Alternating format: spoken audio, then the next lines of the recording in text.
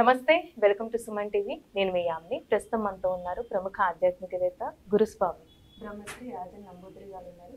గురుగారితో మాట్లాడి మనకున్న సందేహాల గురించి అడిగి తెలుసుకుందాం. నమస్కారం గురుగారు. నమస్కారం అమ్మా. గురుగారు, ఈ సెప్టెంబర్ నెలలో ఉంది, అసలు మకర రాశి వారికి ఏ విధంగా ఉంటుంది, వీళ్ళు ఎలాంటి పరిహారం చేసుకోవాలంటారు? శ్రీ మహాగణపతి దేవతోభ్యన్మ చూసే వీక్షకులకి నమస్కారం.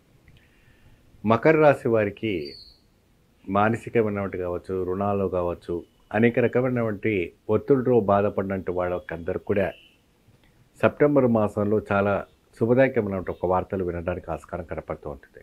మకర రాశి వారికి ఎటువంటి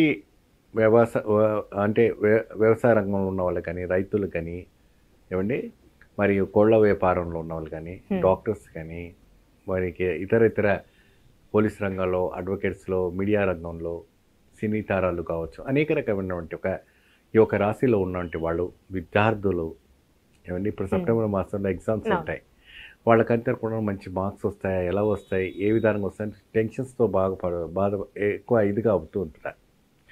సో వాస్తవానికి గత మాసం కన్నా ఈ మాసాల్లో కొన్ని విభిన్నమైనటువంటి ఒక మార్పులు రావడానికి ఆస్కారం కనపడుతుంది. ఈ యొక్క గణపతిని పూజించడం వల్ల మంచి ఒక లాభదాయకం రావడానికి ఆస్కారం కనపడుతుంది. ఎటువంటి లాభదాయకం అంటే ఊహించలేని ఒక పరిస్థితి రావడానికి, అంటే ఎటువంటి గణపతి అంటే చంద్రవంక గణపతి. చంద్రవంక గణపతి అవినే ఇక్కడ మనకి త్రిముఖ ఒక శక్తి అనేది మనకు కనపడుతుంటుంది.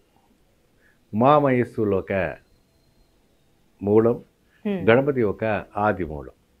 ఈ మూడు శక్తి కూడా అలా అమర్చుకొని ఉంటాయి. అంటే ఈ యొక్క చంద్రవంక గణపతి ఏంటంటే సాధారణంగా మనం భక్తవాసులు అందరికీ చూస్తూ ఉండవచ్చు. ఎన్నో రకాలమైన చిత్రపటాలు మనం చూస్తూ ఉంటాం ఏమండి. సో దీంట్లో ఏంటంటే ప్రత్యేకంగా ఒక విభిన్నమైన ఒక భంగంలో మనకు స్వామివారు కనపడతారు.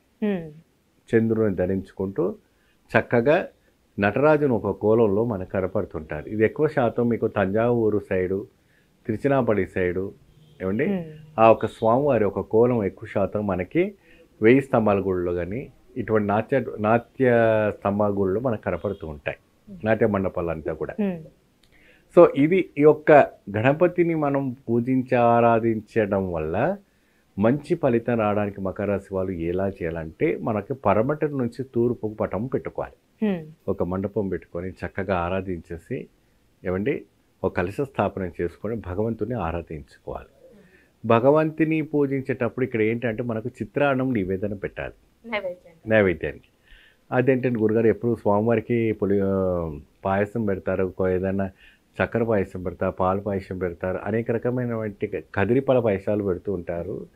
మరి ఇక్కడ వచ్చేసి మనకు చిత్రాన్నం పెట్టడం అంటే ఇక్కడ త్రిముఖ శక్తులు మనకు అమర్చుకొని ఉంది కాబట్టి అమ్మవారికి అయ్యవారికి సంబంధించిన వంటిది ఒక అపురూపమైనటువంటి ఒక చిత్రామానాన్ని మనం అక్కడ ప్రతిష్ఠించుకుంటే మాత్రం మంచి ఒక లాభదాయకం పొందగలుగుతారు. ఆ మకర రాశిలో ఉన్నటువంటి ఒక తేజతత్వాన్ని, అంటే వాళ్ళు ఉన్నవంటి రజోగుణాన్ని కూడా బయటపడడానికి ఆస్కారం కనపడుతూ ఉంటుంది. వాస్తవానికి వాళ్ళు 21 రోజు కానీ 11 రోజులు కానీ ఏమండి మళ్ళా 41 రోజులతో కానీ చక్కగా వీళ్ళు దీపారాధన చేసుకోవడానికి ఆస్కారం కనపడుతూ ఉంటుంది. దీపారాధన వచ్చేసి మనకు మట్టి ప్రమిదలో ఆవు నెయ్యి పెట్టుకోవడం మంచిదమ్మా ఏమండి. ఆవు నెయ్యి చేసుకొచ్చి చక్కగా వీళ్ళు దీపారాధన పెట్టుకొని వీళ్ళు దీపం ముట్టిస్తే మంచి ఫలితం లభిస్తుంది. ఎప్పుడైతే కూడా పొద్దున దీపం ముట్టించింది సాయంత్రం వత్తులు తీసేయాలి, వత్తులు సాయంత్రం ముట్టించింది పొద్దున తీసేయాలి. ఏ పూటకు ఆ పూట శుద్ధి చేసుకొని దీపారాధన చేసుకుంటే మంచిది. నివేదన అనేటప్పటికి ఉదయం అదే పెట్టాలి, సాయంత్రం కూడా అదే పెట్టాలని అడుగుతూ ఉంటారు. సో మీ ఇష్టంగా ఏదైనా పెట్టండి, కానీ చిత్రాన్ని అనేటప్పటికీ బుధవారం రోజు ఒక వారం వస్తుంది, ఆ బుధవారం రోజు ప్రత్యేకంగా పెట్టవచ్చు, లేదంటే ఉదయం పూట కూడా పెట్టుకుంటే మంచి ఫలితం లభిస్తుంది. గురుగారు వీరికి సంబంధించి ఏదైనా ప్రత్యేకమైన మంత్రం ఉందంటారా? సో స్త్రీలు కానీ పురుషులు కానీ స్వామివారిని పూజించిన తర్వాత ఒక మంత్రాన్ని ఒకటి ఉంటుంది, అది ఒకటి వాళ్ళు కాల్ చేస్తే అవుతుంది. ఎప్పుడైనా కూడా చంద్రవంక గణపతి పూజించిన తర్వాత అశ్వత్థామ వృక్షాలయానికి వెళ్ళి ప్రదక్షిణ చేసుకోవాలి. 11 ప్రదక్షిణ చేసుకుని 21 ప్రదక్షిణ చేసుకొస్తే మంచి శుభదాయకం కనపడుతుంది. చాలా చక్కగా తెలియదు గురుగారు, ధన్యవాదాలండి. నమస్తే. సుమన్ టీవీలో మీ పర్సనల్ అండ్ బిజినెస్ ప్రమోషన్స్ కోసం కింది నెంబర్కి కాంటాక్ట్ చేయండి.